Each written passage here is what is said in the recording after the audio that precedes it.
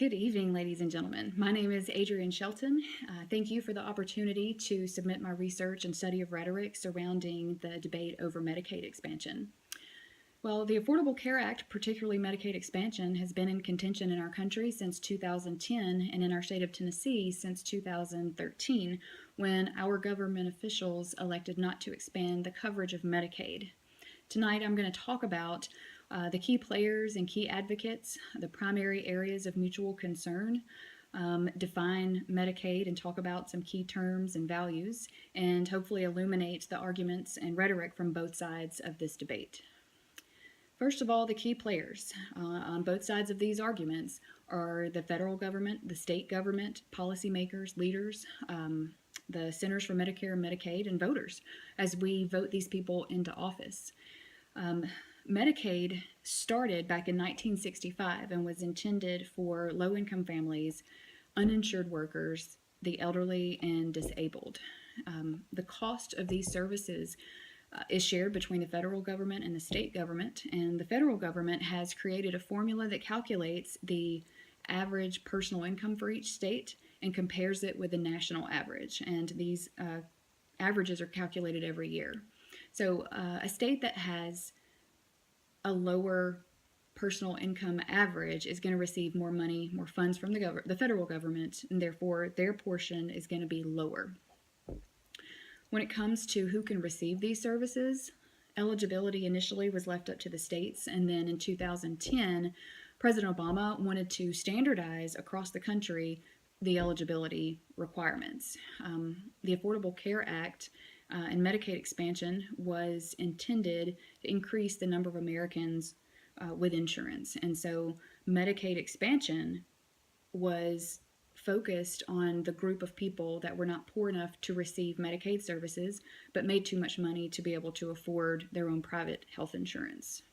So as you can see, the controversy lies between the portion of the population that want to expand Medicaid and the portion of the population that does not. Primarily, Republicans are not for the expansion of Medicaid, and Democrats are for expanding Medicaid to a larger population of people.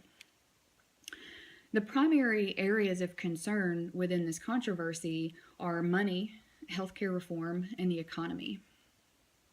Main questions are where's this money going to come from and who's going to benefit from these additional services? Well, Republicans argue that the United States risks going further into debt by increasing funds to this program. They display concern over funding and pouring more money into a program that is already inefficient and costly.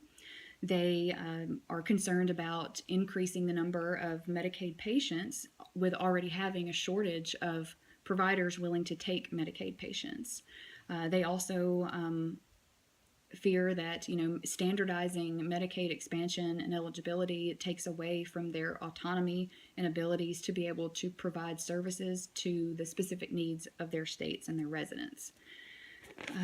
For the side that is for Medicaid expansion, the Democrats, they argue that we are leaving money on the table and therefore leaving thousands of people uninsured for health care.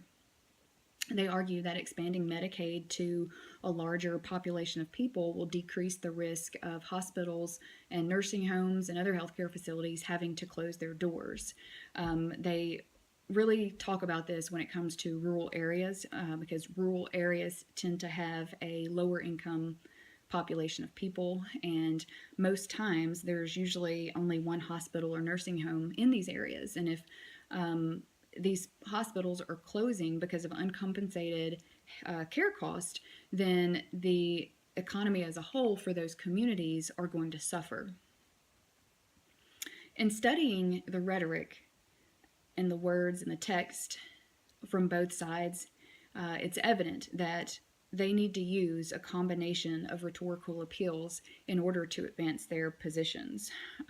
They all use a combination of emotional, logical, and ethodic appeals.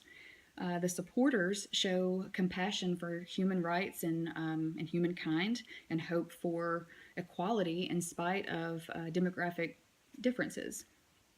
Non-supporters display fear that the federal government is not going to hold up to their end of the bargain, and it's going to fall on the states to fund that increase in the Medicaid patients.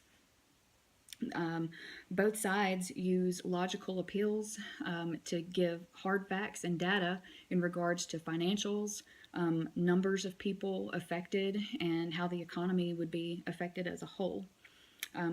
Both sides also use orthotic appeals to display character and wanting to do what's best for everyone. The stakeholders. So taxpayers, current Medicaid population, those eligible for Medicaid with an expansion, hospitals, healthcare providers all have the potential to be affected. So as you can see, the Medicaid expansion debate is complex. And I don't think either side disagree when it comes to Medicaid and a program like Medicaid being needed to cover health insurance for a population of people. And for us in Tennessee, this is especially important as our governor, his last term is 2018. So as new information is coming in, new arguments, new ideas are going to be presented to us, we need to be armed with knowledge about Medicaid and the potential impact that any changes to our Medicaid program will have on us and on our state. In conclusion, the residents of Tennessee, knowing that we are going to be voting people into office, we should be particularly concerned about Medicaid expansion because currently the governor, he has submitted several alternatives to the Medicaid expansion. He's also proposed decreasing funds altogether for Medicaid for our state, but none of those things have been approved by our federal government for now, and they're kind of on hold until we elect new officers in 2018. So I feel like this is why it's important to continue to read about Medicaid, understand an expansion of Medicaid and how it reaches an increased population of people, and particularly for our state of Tennessee, how we can be impacted both negatively or positively. Thank you.